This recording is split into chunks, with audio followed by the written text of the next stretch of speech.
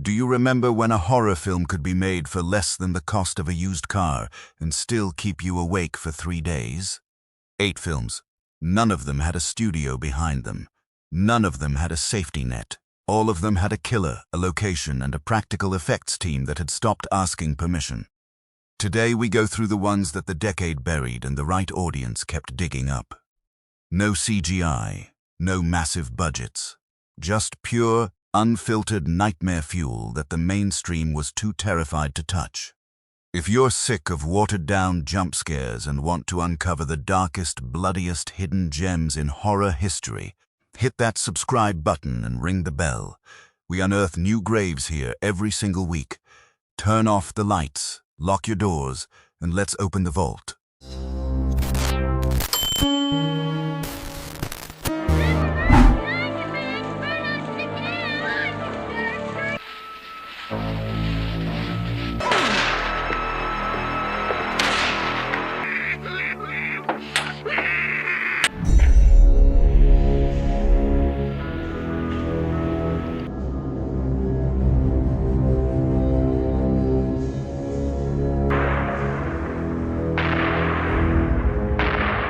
Offerings 1989, directed by Christopher Reynolds.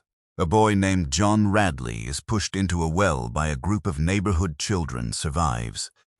Returns 10 years later from the psychiatric facility where he has been held, and begins delivering pieces of his victims to the girl, who was the only one who was kind to him, which is the most romantic premise in the Oklahoma slasher film tradition, which admittedly is not a crowded tradition. Christopher Reynolds made offerings in Oklahoma for a production budget that has been estimated at approximately $60. A figure that the finished film's every technical element confirms with the specific honesty of a production that had no resources to disguise its limitations, and had decided that disguising them was not the point. The film arrived in the American VHS market through the regional distribution channels that were moving low-budget regional horror into rental stores in 1989, where it was shelved next to Halloween, whose specific formal DNA it shares with a transparency that the film's defenders have described as homage and its detractors have described as something less flattering. Reynolds shot offerings in actual Oklahoma locations with a cast assembled from the local theater community and a crew whose primary qualification was proximity, a production arrangement that the finished film's tonal consistency reflects as the result of everyone involved understanding exactly what they were making and making it with complete sincerity. The kill sequences, achieved through practical effects that the budget had constrained to the point where restraint became the primary horror instrument, work better than the budget should have permitted, because Reynolds understood that the audience's anticipation was more powerful than any effect he could have purchased. The pizza delivery sequence.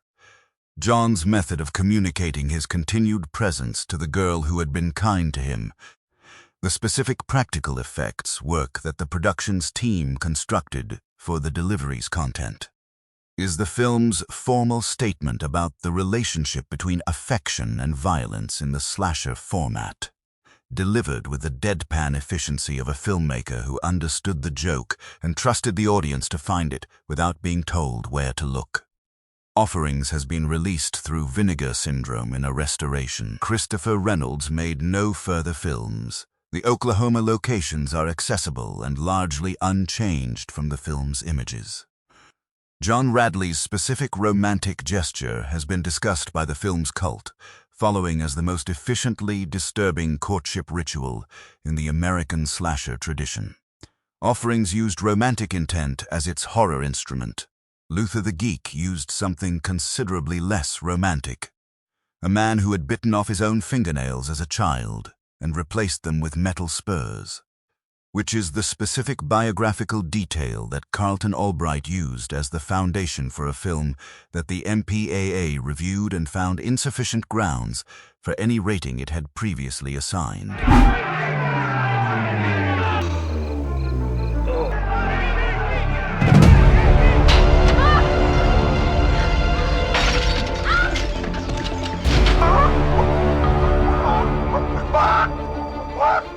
Luther the Geek, 1988. Directed by Carlton Albright. Luther was traumatized as a child by watching a carnival geek bite the head off a live chicken. And the film follows him through his release from a psychiatric institution and subsequent activities with the specific procedural patience of a filmmaker who had decided that the most disturbing version of the premise was the one that treated Luther's psychology as coherent rather than as monstrous. Carlton Albright made Luther the Geek for Troma Entertainment with a production budget that the finished film's single primary location, a farmhouse and its surrounding rural Illinois landscape, reflects as the area where the creative investment had been concentrated. Edward Terry plays Luther with a performance built entirely around physical specificity.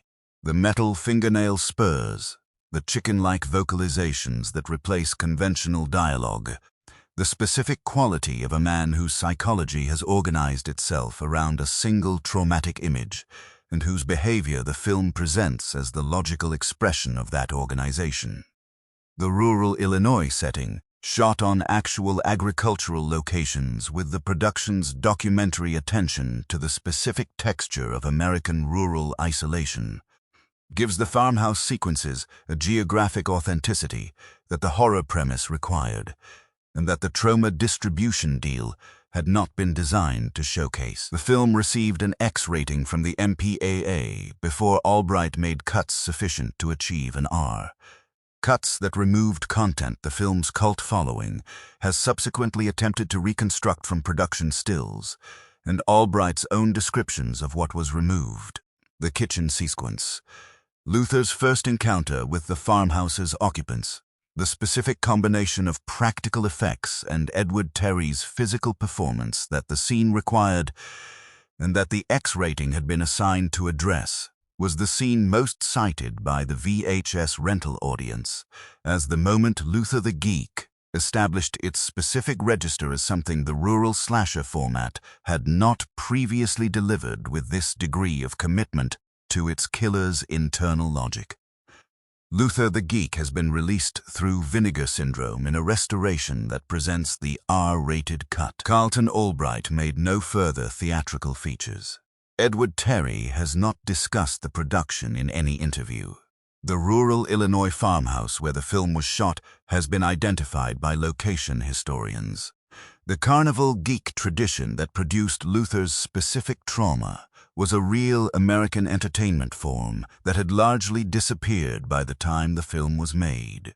Luther the Geek built its horror from a single childhood image that never left. Splatter University built its horror from an academic setting, a Catholic college in New Jersey, where the faculty turnover rate had reached the specific level that suggests the Human Resources Department had stopped asking follow-up questions.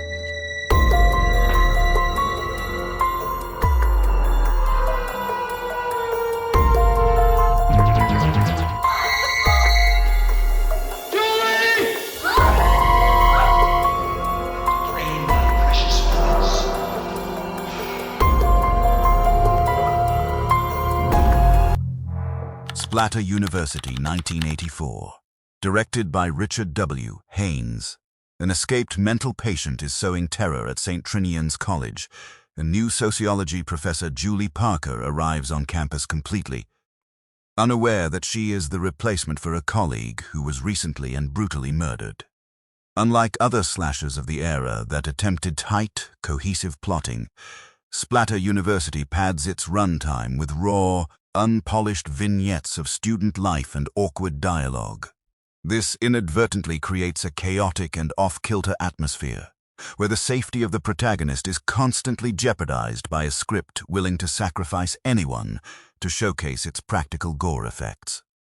Richard W. Haynes produced Splatter University through his own production company on a shoestring budget, where the most tangible production value is the film's actual location, St.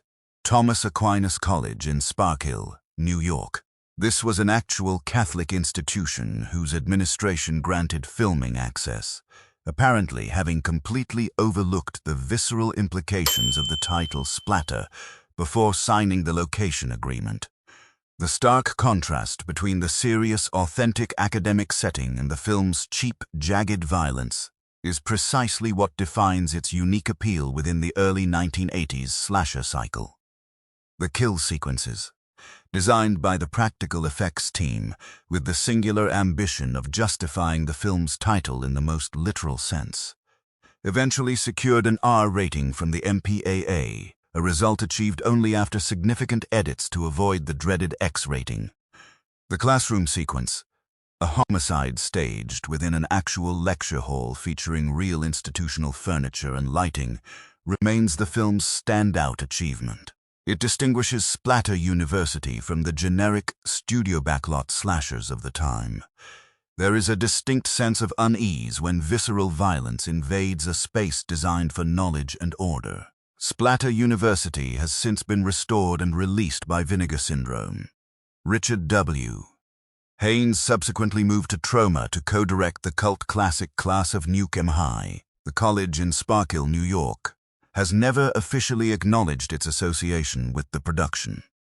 And, of course, the suspiciously high turnover rate of the sociology faculty remains a permanent fixture in the annals of infamous B-movie history.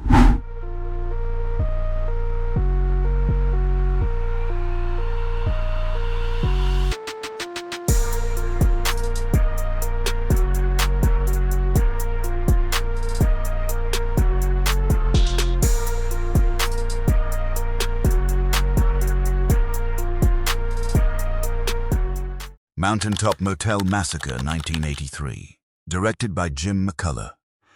Evelyn is a recently released psychiatric patient who runs a remote Louisiana motel with her daughter Laurie. And when Laurie is accidentally killed in the film's opening sequence, Evelyn's response to the grief produces a series of consequences for the motel's subsequent guests that the Louisiana wilderness surrounding the property makes comprehensively inescapable.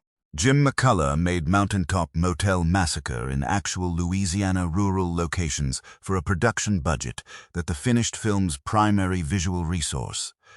The actual motel, the actual surrounding landscape, the actual atmospheric quality of rural Louisiana at night reflects as having been concentrated entirely in location access rather than in any other production element. Anna Chappell plays Evelyn with the specific authority of a performance built around domestic competence converting to domestic menace.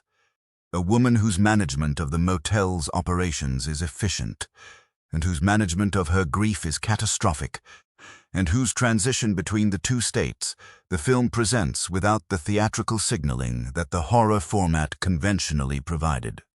The motel setting, shot in an actual property in rural Louisiana, with the production's documentary attention to the specific texture of roadside American hospitality culture in the early 1980s, gives the film a physical authenticity that the studio backlot reproductions of motel environments could not have replicated. The tunnels beneath the motel, Evelyn's primary access route to her guests' rooms, a production design decision that the actual property's infrastructure had made available without construction, give the film's kill sequences a geographic specificity that the above-ground motel slasher format had not previously accessed. The rabbit sequence, Evelyn's first on-screen act of violence, staged in the motel's grounds with the practical effects work that the production's team had constructed for the scene, and that the film's subsequent reputation has made its most frequently discussed image, establishes the film's specific register in its first act with the efficiency of a filmmaker who understood that the audience needed to understand Evelyn's psychology before the guest arrivals made the psychology consequential. Mountaintop Motel Massacre has been released through Vinegar Syndrome in a restoration. Jim McCullough made no further horror films. The Louisiana motel where the film was shot has been identified by location historians and has since been demolished. Anna Chappell's performance has been reassessed in recent years as the finest work in a film that the rental market had not provided sufficient audience to validate commercially during its initial release. Mountaintop Motel Massacre isolated its victims in a rural Louisiana motel.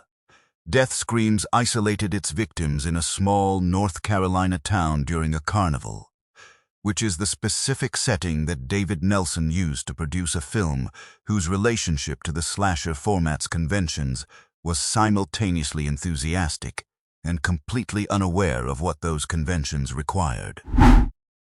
Death Screams, 1982. Directed by David Nelson. A killer is working through the teenage population of a small North Carolina town during the annual carnival, and David Nelson made this with a cast of local performers, actual carnival equipment, and the specific formal approach of a filmmaker whose previous experience had been entirely in television, and who was applying television's production logic to a horror format that television's production logic was not designed to address. David Nelson shot Death Screams, released under the alternate title House of Death, in actual North Carolina locations during an actual local carnival, whose management had agreed to provide access without fully understanding that the production intended to stage murders in their facility. The film belongs to the specific cycle of regional American slasher films that had been developing in the early 1980s as the format's commercial viability attracted production companies whose primary advantage was geographic rather than financial. Access to locations, to local talent, and to the specific institutional permissions that major studio productions required months to negotiate, and that local productions could arrange over a weekend.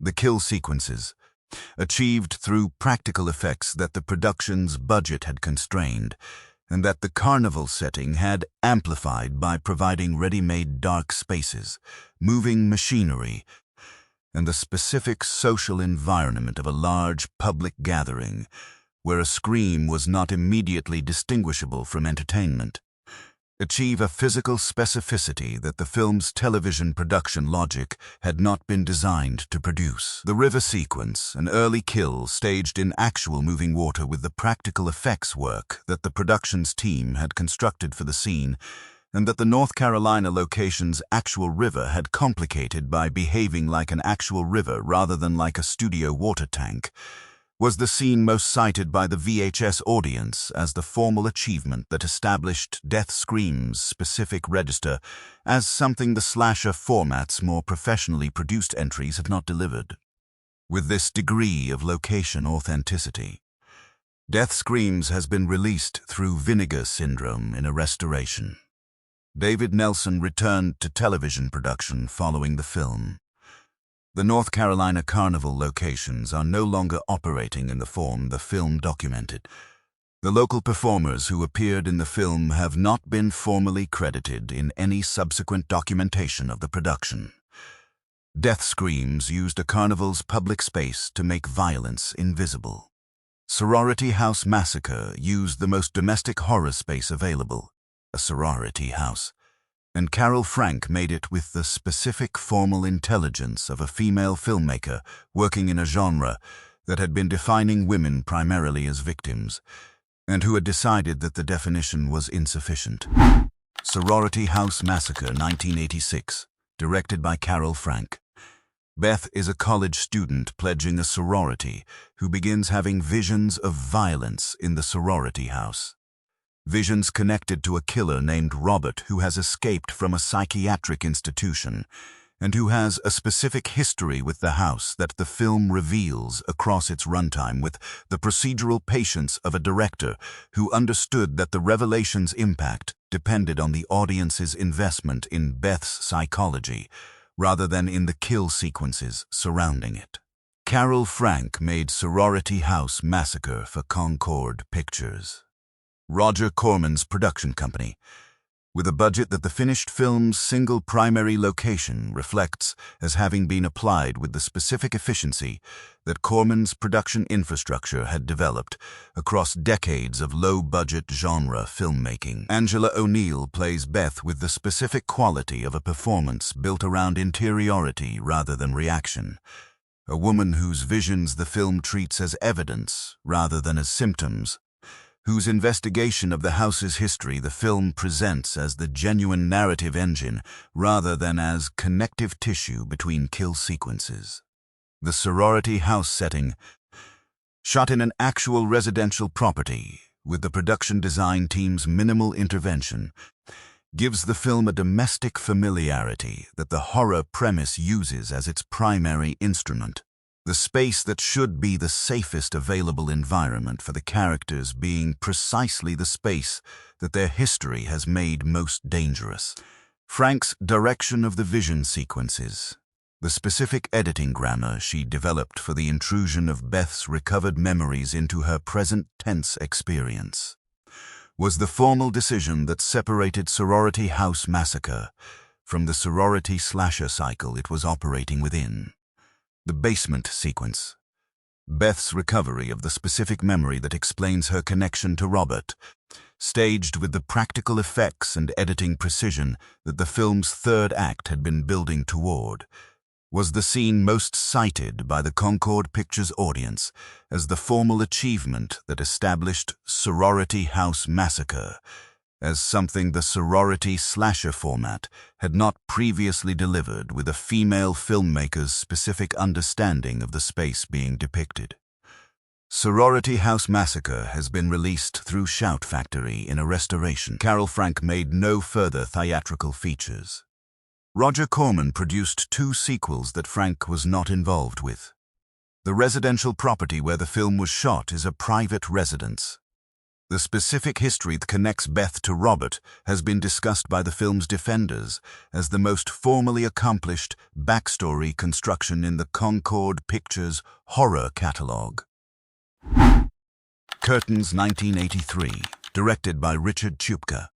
6 actresses have been invited to a remote Canadian estate by director Jonathan Stryker to audition for the lead role in his next film, and someone at the estate is killing them in order of audition, which is either the most efficient casting process in Canadian cinema history or the most disturbing, depending on which side of the audition table you are sitting on. Richard Chupka made Curtains for Peter R. Simpson's Simcom Limited under circumstances that the finished film's tonal inconsistencies reflect with the specific unevenness of a production whose creative control changed hands multiple times during a shooting schedule that extended across 2 years. Chupka eventually removing his name from the director's credit and replacing it with the pseudonym Jonathan Stryker, which is also the name of the film's killer director, a biographical detail that the production's troubled history makes feel less like a coincidence than like a formal statement about the relationship between institutional power and creative destruction. The Canadian estate setting, shot in actual Ontario locations with the production design team's attention to the specific texture of a space that has been constructed for professional evaluation, and that the horror premise has converted into a killing ground, gives the film a visual environment that the studio backlot could not have replicated, and that the audition format's specific power dynamics amplified rather than diminished. The 6 actresses played by performers whose individual scenes were shot across the 2-year production schedule without the continuous ensemble development that the format conventionally required, achieve a collective dynamic whose discontinuity the film converts from a production liability into a formal resource. The characters' inability to fully trust each other, reflecting the specific paranoia of a professional environment where 6 people are competing for one role. The skating pond sequence, a kill staged on an actual frozen Ontario pond in actual winter conditions. The killer wearing an old woman mask that the production's costume department had constructed, and that the sequence's specific geography had made more rather than less threatening by providing the killer with an environment whose flatness removed every available hiding place. This was the scene most cited by the Canadian theatrical audience and the sub-formal achievement that established Curtains as something the slasher format's conventional kill staging had not previously delivered with this degree of environmental precision.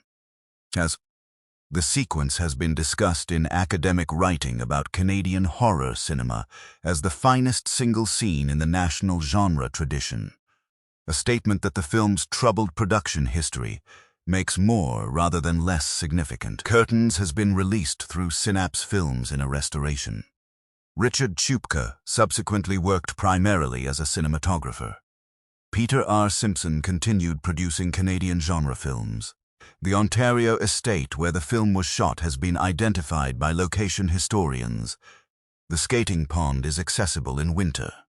The old woman mask used in the skating sequence has been located by collectors and has sold at horror memorabilia auction for amounts that the film's production budget would not have covered. Curtains used an audition process and a frozen pond to produce its horror.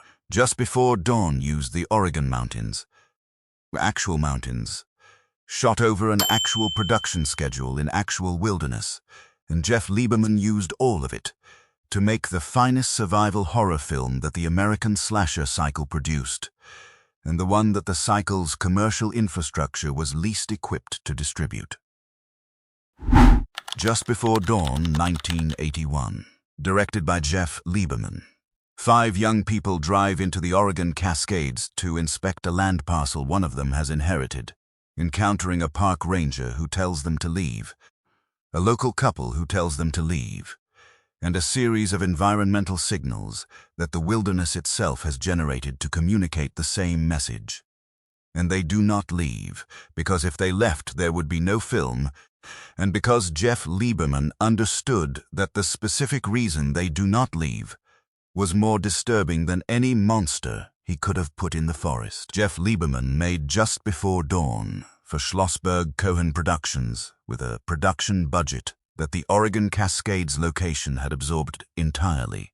The wilderness providing the film's primary production value without charge and requiring in return only that the cast and crew be present in it for the duration of the shooting schedule, which the Oregon mountain weather made more demanding than the budget had anticipated. Lieberman had made Squirm in 1976 and Blue Sunshine in 1977, 2 films that had established his specific formal intelligence as a horror filmmaker whose interest was in the mechanics of fear rather than in the mechanics of violence. And that intelligence is present in Just Before Dawn in every sequence that precedes the film's eventual violence, building the specific dread of people who are in the wrong place and have not yet understood how wrong it is. George Kennedy plays the park ranger with the authority of an actor whose mainstream career the role's requirements had not deterred, and whose presence gives the film's opening act a credibility that the subsequent wilderness horror needed to feel grounded rather than generic. The killer, or rather killers, a revelation the film holds until the 3rd act with a patience that the slasher format had not established as standard practice, was designed by Lieberman to feel like a product of the landscape rather than an intruder in it, which is the specific formal decision that separates Just Before Dawn from every other wilderness slasher of the period. The waterfall sequence, the film's climax, staged in actual running water in actual Oregon wilderness, with a practical effects and performance combination that Lieberman had been building toward across the entire preceding runtime, was the scene most cited by the audiences who encountered Just Before Dawn through the limited theatrical distribution release and subsequent achievement that established the film as something the survival horror format with this degree of environmental authenticity to genre of the genre's gonchenatal gender dynamics. And this specific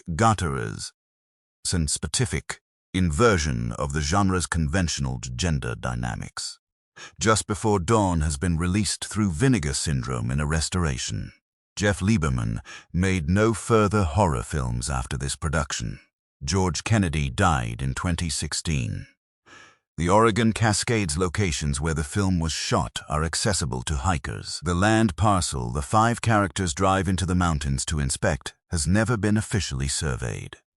The waterfall where the film's climax was staged has been identified by location historians and continues to attract visitors who have seen the film and want to verify the geography which is the spectacle of location tourism that the film's formal achievement produces and that no marketing campaign could have manufactured. 8 films that the decade's distribution infrastructure was not designed to handle. Too regional for the major studios, too specific for the drive-in circuit's generic product, too formally accomplished for the audiences the marketing had assembled. Which of these 8 are you watching this weekend? Leave the specific film and the specific reason in the comments, like if any of this felt like a discovery. Subscribe next time we go further into the decade's overlooked horror output, to the films that the major studios greenlit, shot, and immediately wished they hadn't.